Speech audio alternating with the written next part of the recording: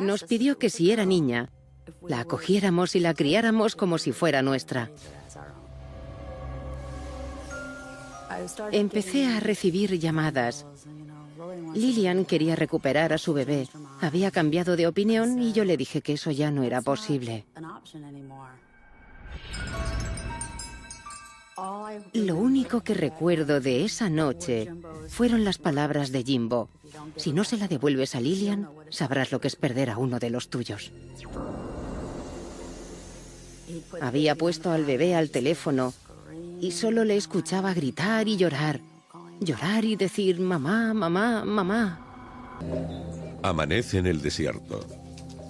Padre e hijo salen a recorrer 1000 hectáreas de arena y matorrales. Alan Kessler es un ranchero propietario de 600 cabezas de ganado. En 1990 su hijo JB tiene 5 años. Una hora después el caballo de Alan Kessler se detiene al borde de un barranco. El ranchero mira hacia abajo y advierte un objeto oscuro entre las rocas. Di por hecho que era una muñeca. La habían quemado, estaba carbonizada, brillaba. Estaba como sentada. Pero mi hijo me dijo, es un bebé, papi. Se encontraba en un pequeño saliente entre las rocas, con la cabeza orientada hacia nosotros. Todavía podían verse jirones de su ropa. No era lógico, no tenía sentido. ¿Por qué encontrábamos un bebé carbonizado? A veces te encuentras cosas raras, pero no sueles ver bebés carbonizados por ahí. Informan a la autoridad local. Los investigadores del sheriff del condado de Yavapai, Ernie Cox y Frank Valentine, acuden a la llamada. Vi el cuerpo quemado de un pequeño que tendría 1 año y medio o 2. Tenía la mano levantada y parecía como si estuviera mirando al cielo. Daba la sensación de que el bebé estuviese vivo, llorando, como pidiendo ayuda. Cox y Valentine ven que el lugar está cerca de la salida de una autopista. Es un punto donde se suelen detener vehículos. Se usaba por gente de la zona para tirar basura, vertidos ilegales. Así que empezamos a buscar huellas de neumáticos, pisadas o algo que nos diera una pista de quién había estado allí.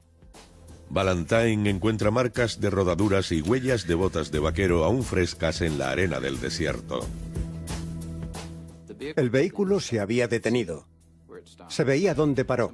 Alguien salió del lado del copiloto con botas de vaquero con un número considerable. Valentine cree que las huellas son del asesino. La misión consiste ahora en ponerle cara a esas botas. Los investigadores comenzarán examinando el cuerpo del bebé. El doctor Philip King es el médico forense del condado de Yavapai. En 1990 practica unas 70 autopsias, ninguna relacionada con el asesinato de un bebé. King observa los restos carbonizados en busca de algún rasgo identificativo. Establecimos que se trataba de una hembra de raza blanca. El bebé tenía entre 10 meses y 1 año y medio o 2. Los investigadores le dicen a King que tienen especial interés en poner nombre a la víctima. El forense, sin embargo, no tiene muchas esperanzas de lograrlo. La inspección visual no es concluyente. Las huellas sí, pero no hay fichas de menores de 8 años en el estado de Arizona. Los registros dentales son buenos, pero no sirven en el caso de niños que todavía no han desarrollado la dentadura. King saca una impresión de los pies del bebé para su archivo y extrae sangre para una posible prueba de ADN en el futuro. King determina que el bebé fue quemado post-mortem. Desconociendo la causa de la muerte, el doctor la cataloga como homicidio indeterminado. Y finaliza la autopsia con más preguntas que respuestas. Tu cabeza tiene que evaluar todas las posibilidades. ¿Quién es el niño? ¿Por qué fue abandonado en medio del desierto? ¿Y qué fue lo que motivó la muerte de ese niño?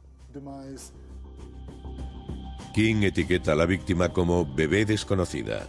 Manda una copia de su informe a los investigadores y espera, como todos, que alguien proporcione alguna respuesta. En un pequeño despacho, los investigadores Valentine y Cox revisan montones de informes de personas desaparecidas en busca de su bebé desconocido. Los niños de año o año y medio no suelen desaparecer sin explicación. Seguro que antes o después algo sale a la luz. Al menos eso es lo que dicta el sentido común. Van llegando informes médicos y se elabora un perfil del bebé que genera multitud de pistas, pero pocas realmente útiles.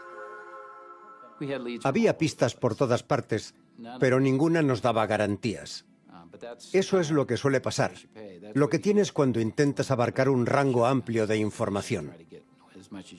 Posiblemente una pista vale, pero no sabes cuál. Te sientes frustrado intentando averiguar qué dirección tomar. Alguien debe saber algo y debemos contactar de alguna forma para que nos diga cualquier cosa que nos permita avanzar y descubrir la identidad del bebé y el responsable de su muerte. 2 meses después de encontrarla en un barranco, la pequeña desconocida sigue sin ser identificada. Su cuerpo es enterrado en el cementerio local, pero el caso sigue sin resolverse. Gerardo Vázquez tiene 38 años, es boxeador aficionado y trabajador social en el condado de Tulare, California. En el verano de 1994, Vázquez mantiene una relación con una mujer que siente la necesidad de compartir cierta carga. Dijo saber algo sobre un asesinato. Yo le pregunté, ¿quién es el asesino? ¿Lo sabes? Y contestó, mi cuñado. Luego se tranquilizó un momento, pero volvió a ponerse tensa. Decidido a saber más, Vázquez presiona a su novia en busca de información. Le pregunté a quién ha matado, y entonces me dijo a su bebé. Inmediatamente le dije, hay que informar de esto. Durante los siguientes 18 meses, Vázquez sigue hablando con su novia, venciendo su firmeza hasta obtener más información. El nombre del cuñado es James Megan. Según la novia de Vázquez, Megan y su mujer Lillian intentaron entregar a su hija en adopción de forma ilegal en Las Vegas. En enero de 1996, Vázquez cree que ha obtenido toda la información posible y se dispone a ir a la policía. Eso pondrá en peligro la relación con su novia, pero es lo único que puede hacer. Sabía que no iba a ser agradable y que no sabía dónde podía acabar. No sabía cuáles podrían ser las consecuencias. Solo sabía el siguiente paso que tenía que dar. Tenía que denunciarlo y que se pusieran en marcha los organismos competentes. No tenía otra opción. El 11 de enero, el sargento Ken Hefner recibe una llamada. Al otro lado de la línea está un boxeador aficionado llamado Gerardo Vázquez informando del posible asesinato de un bebé. Este tipo de información nos llega frecuentemente. Recibimos llamadas a diario, gente que quiere denunciar homicidios. A veces con información muy vaga sobre casos antiguos. Según Vázquez, James y Lillian Megan intentaron vender a su hija en 1990. Y cuando las cosas no salieron bien, los Megan recuperaron a su hija y supuestamente la mataron. Con toda esa información, Hefner investiga los antecedentes de la familia. Hice algunas averiguaciones y vi que había un bebé, una pequeña llamada Francine, nacida en una fecha que encajaba. Hefner sigue el rastro de la documentación hasta el Departamento de Estadística, donde no encuentra pruebas del fallecimiento de Francine Megan. Entonces Hefner examina el distrito escolar buscando pruebas de que la niña estuvo en alguna escuela primaria. Francine no fue al colegio. Si había nacido, tendría que estar en una escuela, pero no lo estaba, ni tampoco podíamos autentificar su muerte de una forma concluyente u oficial. En ese momento sabíamos que el bebé había nacido, pero que nunca había estado escolarizada. Empezamos a temer que la historia que nos habían contado finalmente fuera cierta. El detective Tom Thousand trabaja en el caso con Hefner y descubre documentos de adopción de Francine Megan firmados 6 años antes. La familia que solicitó la custodia es una pareja del condado de Orange llamados Dennis y Valerie Jensen. El 22 de enero el detective Thousand encuentra a Valerie Jensen, que vive y trabaja en el sur de California. El detective se reúne con Jensen en su trabajo y la interroga sobre los Megan y su hija Francine, una bebé a la que Valerie Jensen conoce como Danielle. Tienes un sentimiento sobrecogedor cuando unos detectives de homicidios llegan a tu trabajo para hablar contigo. Lo primero que me preguntaron fue cuándo fue la última vez que vi a Danielle. Los detectives escuchan el relato de Valerie Jensen, que se remonta 7 años atrás, al día en que recibió una llamada de sus amigos James y Lillian Megan, una pareja con una proposición insólita. Era Jimbo o James. Nos dijo que Lillian iba a tener un bebé. Y lo que nos pidió fue que si era niña, la acogiéramos y criáramos como si fuera nuestra. A pesar de lo poco convencional de la oferta de James, a Valerie le hacía ilusión la posibilidad de acoger a una pequeña en su familia de 5 hijos. No podíamos tener más hijos en ese momento y solo teníamos chicos. Yo quería una niña y me estaban planteando una situación ideal. 7 meses después, Valerie Jensen recibe una segunda llamada. Esta vez es Lillian Megan la que está al otro lado. Contesté al teléfono y me dijo, ven a recoger a tu hija, ¿vale? ¿Estás de broma? No, ven a recoger a tu hija, te está esperando.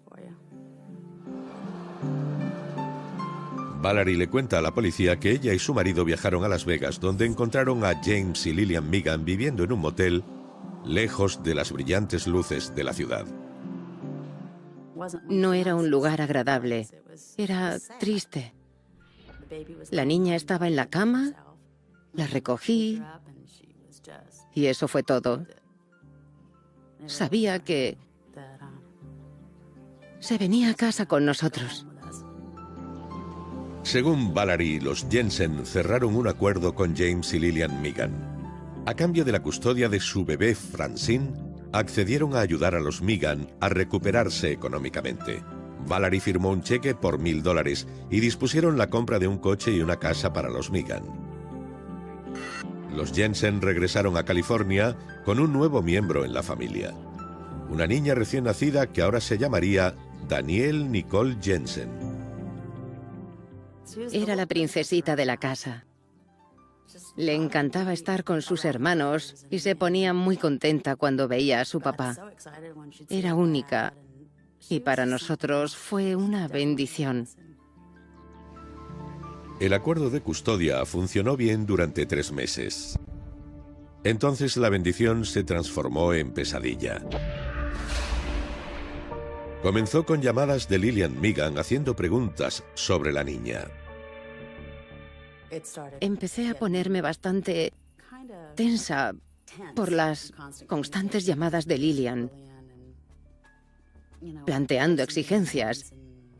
De repente pretendía decirme cómo tenía que criar a la niña y qué era lo que no tenía que hacer. Según Valerie, las llamadas de Lillian fueron reemplazadas por las de su marido James. Al principio Megan fue educado, luego insistente. Su mujer quería que le devolvieran a su hija. Lo único que podía mantenerle tranquilo, dinero.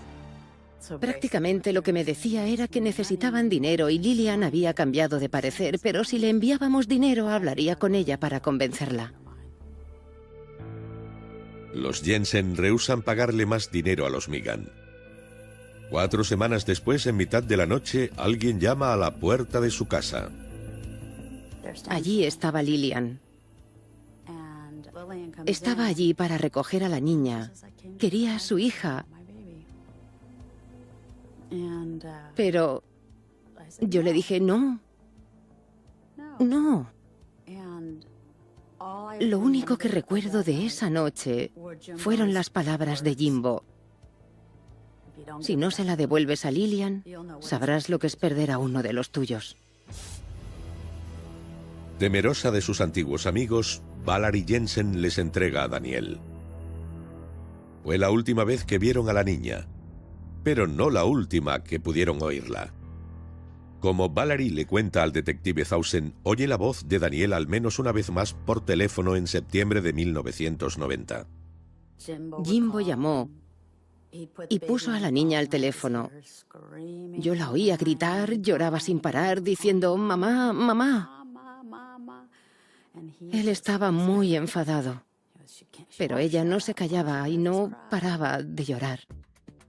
Los investigadores escuchan la historia de Valerie Jensen y la creen, lo que les lleva a una alarmante conclusión. Incapaz de sacar más dinero por la adopción y atado con una hija que no quería, James Meegan buscó la salida más fácil y mató a su hija. El problema es que sin un cadáver, ¿cómo lo pueden demostrar los detectives? A continuación visitan a James Meegan y llevan una foto de su hija. Prácticamente se apartó de la foto. Cualquiera que sepa de lenguaje corporal diría que allí había algo raro. Estamos frente al 4480 de la calle El Oro, la casa en la que vivía la familia Meegan en el momento en que la investigación comenzó a dar sus frutos. El 13 de febrero, los detectives Ken Hefner y Tom Thousand se identifican y piden a Lillian Meegan hablar con ella y con su marido. El comportamiento de Lillian fue evidente a nuestros ojos. Comenzó a desplomarse, los hombros caídos, la cabeza agachada. Parecía como si todo el peso del mundo hubiera caído sobre ella. Cuando entramos en la residencia de los Meegan, nos dimos cuenta de que era James el que dominaba la familia con mano de hierro. Colgado en la pared entre el salón y la cocina, había un grueso cinturón de cuero tan gastado que las dos caras estaban completamente planas. Los detectives interrogan por separado a James y a Lillian sobre su hija Francine, un bebé al que supuestamente vendieron a una pareja del condado de Orange en 1989, bebé que los investigadores creen que ha sido asesinado. Lillian les cuenta a los detectives que su hija desapareció hace más de 6 años y que fue secuestrada delante del aparcamiento de un casino local. Deja a su hija en el coche mientras va a sacar dinero y cuando vuelve la niña ya no está. Cuando le preguntan por qué no lo denunció a la policía, intenta explicar que le preocupaban las consecuencias y que por eso no lo denunció. Es una historia totalmente increíble, que hubiera dejado a su hija dentro de un vehículo ante el casino y no lo hubiera denunciado. La versión de Lillian podría parecer increíble, pero es mejor que no tenerla, que es lo que le ocurre a James Meegan al ser preguntado por su hija. No nos dio ninguna respuesta, solo nos remitía a Lillian. No tenía sentido. Si han raptado a tu hija y tu mujer es la única que estaba en ese momento, lo lógico es tener una conversación con ella y que te explique lo que ha ocurrido. Los investigadores ven que necesitan presionar. Ken Hefner saca una foto de Francine y la arroja sobre la mesa delante de su padre. La apartó. Tenía miedo de ver la foto. Entonces lo supimos. Cualquiera que sepa de lenguaje corporal diría que allí había algo raro. Desde luego que hay algo raro, pero sin cadáver o alguna idea de lo que le podría haber pasado a Francine Meegan, los detectives se ven obligados a esperar. Creemos que la niña está muerta. Creemos que lo que ha pasado es que James ha matado al bebé y se ha deshecho del cadáver. Montamos un dispositivo de vigilancia para ver qué hacía James Meegan y cuál era su siguiente paso. Su siguiente paso fue intentar huir de la ciudad. A primera hora de la mañana del 14 de febrero de 1996, un equipo de vigilancia sigue a los Meegan tratando de salir de Las Vegas. Detuvimos a los Meegan cuando se disponían a salir de la ciudad, lo que creemos que fue otra circunstancia que les hizo enfrentarse a la dura realidad. No vais a ir a ninguna parte, no vais a huir a primera hora de la mañana, desapareciendo para olvidar lo que habéis hecho. Los detectives tienen datos suficientes para detener a James Meegan por asesinato, pero no bastan para obtener una condena. Ahora deciden recurrir al público. Buscamos ayuda de gente que conociera a los Meegan. Algún vecino, alguien que hubiera oído algo que hubieran contado sobre el caso, alguien que nos ayudara. Enseguida acuden vecinos y amigos de los Meegan para ofrecer a los detectives información útil que ayude en el caso. Como un amigo de James Meegan llamado Marcel Pitt. Según Pitt, él y Meegan mantuvieron una charla que derivó en una confesión de asesinato. En un accidente de coche se hirió la pierna. Le estaban dando medicación para el dolor y el bebé no paraba de llorar. Así que lo cogió, lo zarandeó y cuando quiso darse cuenta todo había acabado. No sabía qué hacer, estaba asustado. Fue tremendo. Era el tipo de prueba por la que maldices que tu mejor amigo te delate. Se notaba que ese hombre no sintió ningún placer contándonos lo que pasó, pero era la verdad y tenía que sacarla. La información de Pitt hace avanzar el caso contra James Meegan notablemente. Sin embargo, los detectives saben que falta algo importante. Si Meegan mató a su hija, ¿qué hizo con el cuerpo? ¿Y dónde está ahora? Es una típica mañana de domingo para Jackie Price. La profesora está sentada junto a su marido Dennis. Mientras desayunan, Price lee el periódico con atención. En la segunda página del Prescott Courier encontré una historia que me llamó la atención. Un hombre había sido detenido y estaba en la cárcel, pero no habían podido encontrar el cuerpo de su hija. El artículo le reaviva los recuerdos sobre un cuerpo de un bebé quemado encontrado en el desierto de Arizona 6 años antes. Price cuenta los detalles del artículo del periódico a su marido Dennis, que trabaja en la oficina del sheriff del condado de Yavapai. Mi esposa dijo, «Es el bebé, sí, es tu bebé». Yo no entendía nada. Ella me dijo, «Sí, el bebé que encontrasteis. Seguro que ese es el bebé». Y yo le contesté, «Creo que no. ¿No sería mucha casualidad?» Y yo pensaba, «No, te equivocas. Seguro que está relacionado». Sabía que no me equivocaba. Jackie insiste tanto que su marido decide llamar a Las Vegas.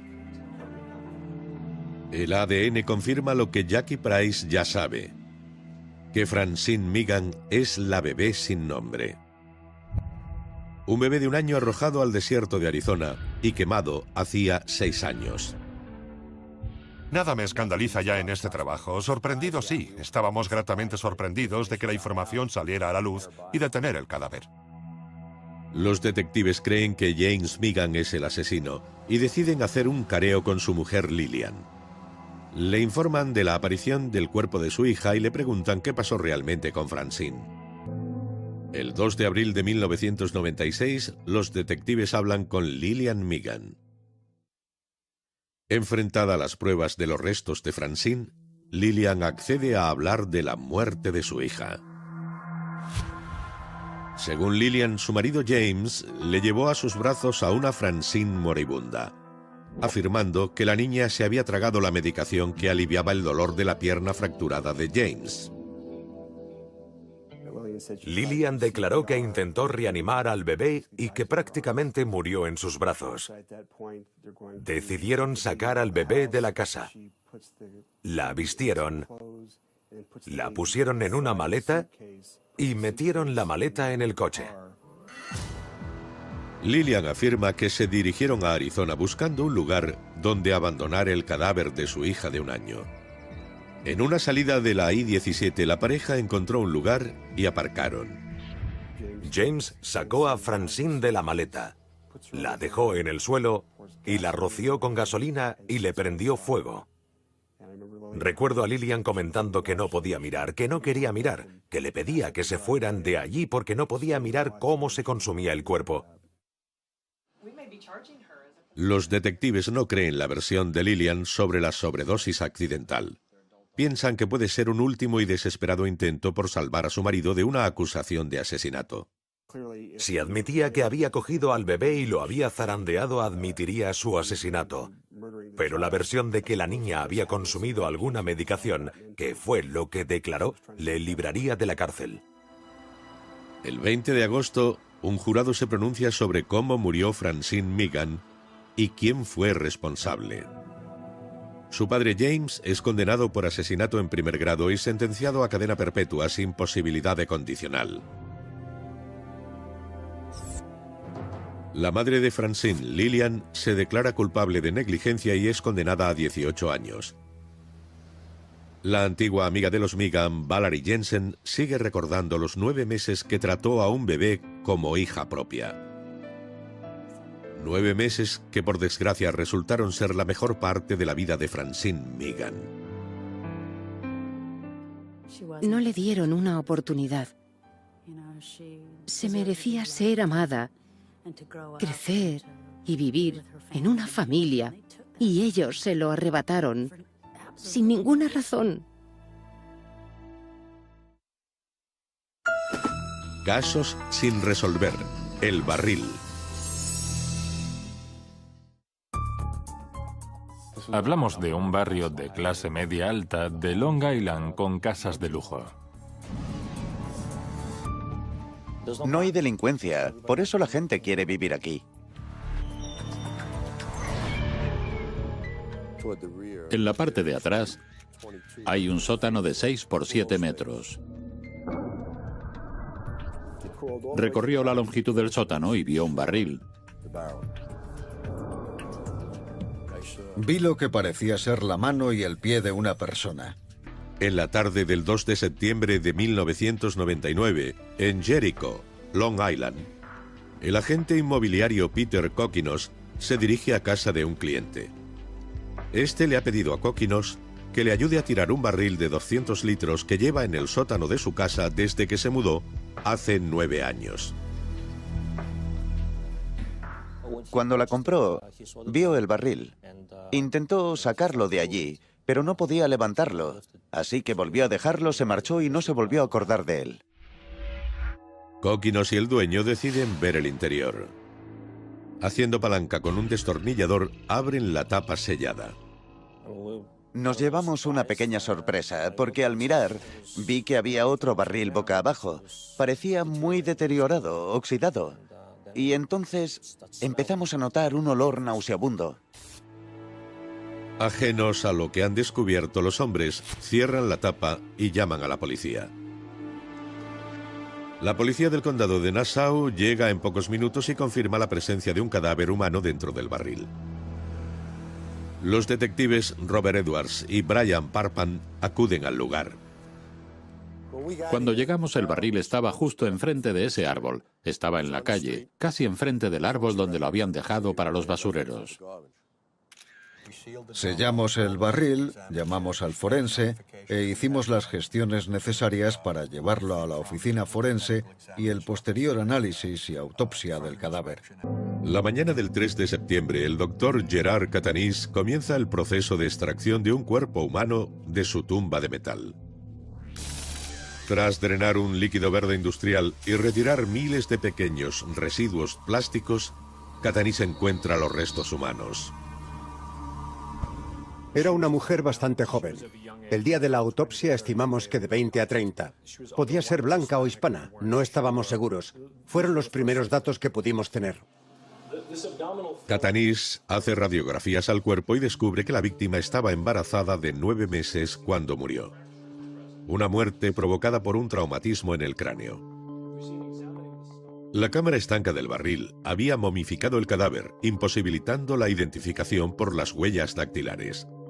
La ropa de la víctima, sin embargo, sugería que su muerte no había sido hacía meses, sino años.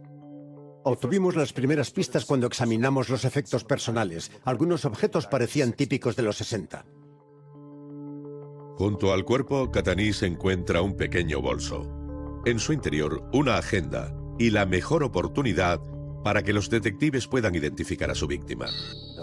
En aquel momento no se pudo leer nada.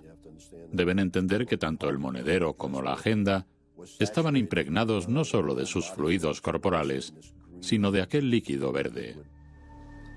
El detective Parpan entrega la agenda a la detective Joan Fiedner, especialista en documentos.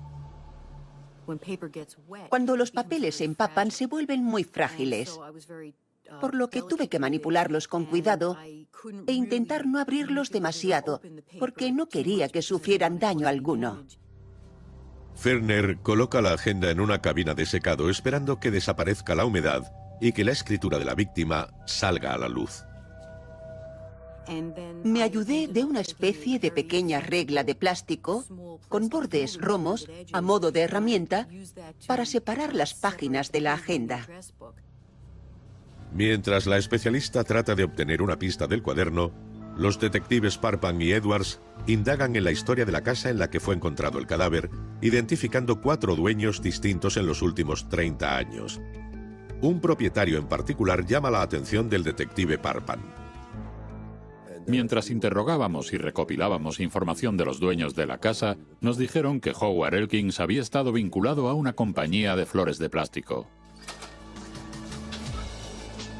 Howard Elkins había sido el propietario de la casa desde 1959 hasta 1972. Su trabajo, fabricación en plástico, una profesión que encajaba bien con el contenido del barril que sirvió como tumba para la víctima. Parpan y Edwards averiguan que los números grabados en el barril pertenecen a una empresa extinta que en los años 70 solía vender bidones a la fábrica de plásticos de Elkins. Parece que el caso va tomando forma. No hace falta ser un genio nuclear para llegar a la conclusión de que teníamos que hablar con él. Los detectives localizan a Howard Elkins en Florida, donde un antiguo compañero les da la primera pista sobre la identidad de la mujer del barril y por qué podría haber acabado allí.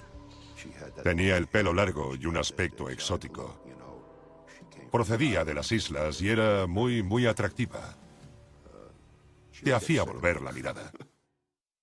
Gunman, de 80 años, pasa la mayor parte del tiempo en las playas de Florida. Sin embargo, un día una sombra se cruza en el horizonte del anciano en la forma de 2 hombres con placas. Quieren hablar del antiguo socio de Gunman, Howard Elkins, y de un barril que había contenido plásticos. Cuando llegó la policía, el detective, los 2 detectives, me enseñaron las fotos del barril. Les dije que lo conocía.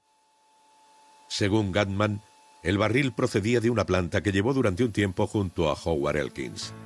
Los detectives le preguntan si tiene alguna idea de cómo una joven embarazada podría haber acabado dentro del barril y en el sótano de una antigua casa de Elkins en Long Island. Gunman les cuenta a los detectives que la empresa solía fabricar flores de plástico y que empleaba a jóvenes inmigrantes en la cadena de producción. Una de ellas, dice Gunman, tuvo una relación con Elkins. Nos indicó que sabía que Howard Elkins tuvo un romance y le pedimos que nos describiera a la chica. Tenía el pelo largo y un aspecto exótico. Procedía de las islas y era muy atractiva. Te hacía volver la mirada. Resultó espeluznante porque nos dijo que era muy atractiva, muy bajita y con pelo largo moreno. Era exactamente lo que habíamos visto cuando nos fijamos en el cuerpo que había dentro del barril. Gunman no sabe decirles el nombre de la chica. Su información, sin embargo, da una idea del motivo por el que fue asesinada. Uno de los principales tipos de homicidio se produce cuando un hombre casado deja embarazada a su amante. Era el típico caso de una mujer embarazada. Probablemente fuera el novio. La mata y acaba debajo de su casa. Ese era el escenario que nos imaginábamos. Mientras Parpan y Edwards se esfuerzan por establecer un motivo, sus compañeros de Nueva York trabajan en la identificación de la víctima. Un trabajo que termina por dar frutos en el Departamento de Criminalística del Condado de Nassau. La especialista en documentación Joan Fiedner lleva tiempo secando las páginas de una agenda encontrada dentro del barril junto a la víctima asesinada. Se hace visible parte de la escritura, pero todavía no es legible. Me lo llevé a mi laboratorio y usé un comparador videoespectral el VSC 2000. Eso me permitió mirar a través de los rangos infrarrojos y ultravioletas del espectro, fuera del alcance del ojo humano. Fedner escanea cada trozo de papel y comienza a descifrar lo que cree puede ser la escritura de la víctima.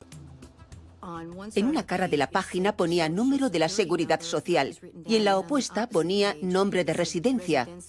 Un número de residencia para extranjeros anotado por la otra cara, y cuando lo vi me dije, ¡vaya! El número de residencia para extranjeros conduce a la policía hasta inmigración y después hasta el nombre y la foto de una mujer que creen puede ser su víctima. Se llama Reina Marroquín. Tenía 25 años en 1966 cuando inmigró a Nueva York desde El Salvador. Con estos últimos datos, los detectives deciden hablar con Howard Elkins sobre su antigua novia. A las 4 de la tarde, los detectives Parpan y Edwards enseñan sus placas a los vigilantes de la urbanización de Elkins. Los policías llaman a la puerta de su sospechoso y se sientan a charlar. Él negó conocer los hechos y estar implicado en ellos. Sobre los objetos que el señor Gunman había mencionado, el barril, por ejemplo, negó haber tenido nunca un barril similar. Parpan pregunta a Elkins si salió alguna vez con una empleada de su fábrica. Nos dijo que mantuvo un romance, pero ni siquiera podía describir a la chica. Le preguntamos si alguna vez le había buscado alojamiento o si estaba embarazada, y respondió que no. Los detectives creen que Elkins miente y esperan usar la ciencia para demostrarlo. Quieren comparar el ADN de Elkins con el extraído del feto hallado en el cuerpo de Reina Marroquín. Si se demuestra que Elkins es el padre del nonato, los cargos contra él están asegurados. Sin embargo, ante la petición de una muestra de ADN para cotejarla, Elkins se niega y despide a los detectives. Le dije, volveremos y traeremos una orden para recoger una muestra de sangre. La compararemos con la sangre del bebé y de la mujer y le encerraremos de por vida. ¿Lo entiende, señor Elkins? Simplemente asintió. Y nos fuimos de la casa. Los investigadores dejan que Elkins reflexione sobre lo que se le viene encima. Al día siguiente, aún en Florida, tramitando la documentación requerida para obtener las muestras de sangre, reciben una llamada del Departamento de Policía del Condado de Nassau. Uno de los detectives del departamento me preguntó si habíamos detenido ya al señor Elkins. Yo le dije, claro que no. ¿Por qué? Me dijo que la policía de Florida había contactado con nuestro equipo de homicidios por la denuncia que la señora Elkins había interpuesto por su desaparición.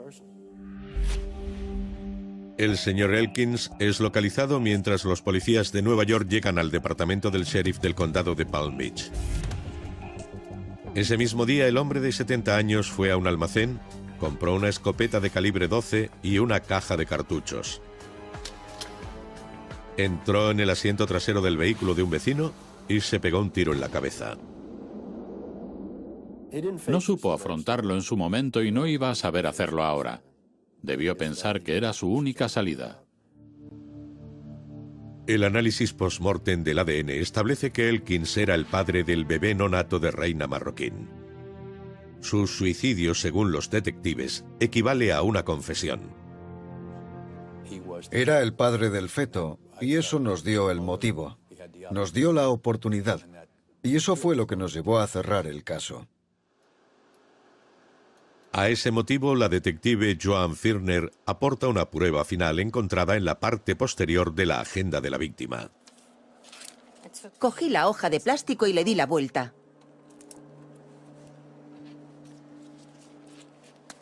Luego calqué la imagen de la pantalla.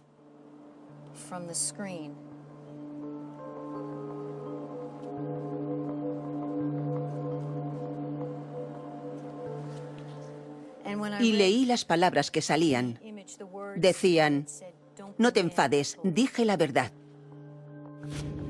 Con ese mensaje críptico, el complejo romance entre Elkins y Marroquín llega a su fin, enmarcado por el asesinato de la madre y el bebé no nacido, y los ecos de un suicidio 30 años después. La única pregunta que queda es, ¿alguien llora la muerte de Reina Marroquín? Oscar Corral es un periodista de Nueva York que busca a la familia de Marroquín por los pueblos de El Salvador. El periódico tomó la decisión de mandarme a El Salvador para buscar a la familia después de 30 años. Nos costó un par de días, pero al final dimos con ella. Corral encuentra la casa de la madre de Reina, Ercilia Marroquín, de 94 años. El periodista informa a la familia de los hechos ocurridos 30 años antes. Darles esa noticia entonces fue igual que si se la hubiera dado el día después del asesinato. Todavía estaba presente en sus pensamientos, estaba presente en sus corazones. Querían superarlo, querían saber qué le pasó a Reina y por fin lo averiguaron. Al mes siguiente, más de 30 años después de su muerte, los restos de Reina Marroquín y de su bebé nonato son entregados a la familia de Reina y encuentran la última morada en su ciudad natal de San Martín, en El Salvador. Por gente de la zona para tirar basura, vertidos ilegales. Así que empezamos a buscar huellas de neumáticos, pisadas o algo que nos diera una pista de quién había estado allí. Valentine encuentra marcas de rodaduras y huellas de botas de vaquero aún frescas en la arena del desierto. El vehículo se había detenido. Se veía dónde paró. Alguien salió del lado del copiloto con botas de vaquero con un número considerable. Valentine cree que las huellas son del asesino. La misión consiste ahora en ponerle cara a esas botas. Los investigadores comenzarán examinando el cuerpo del bebé. El doctor Philip King es el médico forense del condado de Yavapai. En 1990 practica unas 70 autopsias, ninguna relacionada con el asesinato de un bebé. King observa los restos carbonizados en busca de algún rasgo identificativo. Establecimos que se trataba de una hembra de raza blanca. El bebé tenía entre 10 meses y año y medio o 2. Los investigadores le dicen a King que tienen especial interés en poner nombre a la víctima. El forense, sin embargo, no tiene muchas esperanzas de lograrlo. La inspección visual no es concluyente. Las huellas sí, pero no hay fichas de menores de 8 años en el estado de Arizona. Los registros dentales son buenos, pero no sirven en el caso de niños que todavía no han desarrollado la dentadura. King saca una impresión de los pies del bebé para su archivo y extrae sangre para ropa. No era lógico, no tenía sentido. ¿Por qué encontrábamos un bebé carbonizado? A veces te encuentras cosas raras, pero no sueles ver bebés carbonizados por ahí. Informan a la autoridad local. Los investigadores del sheriff del condado de Yavapai, Ernie Cox y Frank Valentine, acuden a la llamada. Vi el cuerpo quemado de un pequeño que tendría 1 año y medio o 2. Tenía la mano levantada y parecía como si estuviera mirando al cielo. Daba la sensación de que el bebé estuviese vivo, llorando, como pidiendo ayuda. Cox y Valentine ven que el lugar está cerca de la salida de una autopista. Es un punto donde se suelen detener vehículos. Se usaba por... Padre e hijo salen a recorrer 1000 hectáreas de arena y matorrales. Alan Kessler es un ranchero propietario de 600 cabezas de ganado. En 1990 su hijo JB tiene 5 años. Una hora después el caballo de Alan Kessler se detiene al borde de un barranco. El ranchero mira hacia abajo y advierte un objeto oscuro entre las rocas. Di por hecho que era una muñeca. La habían quemado, estaba carbonizada, brillaba. Estaba como sentada. Pero mi hijo me dijo, «Es un bebé, papi». Se encontraba en un pequeño saliente entre las rocas, con la cabeza orientada hacia nosotros. Todavía podían verse jirones de su...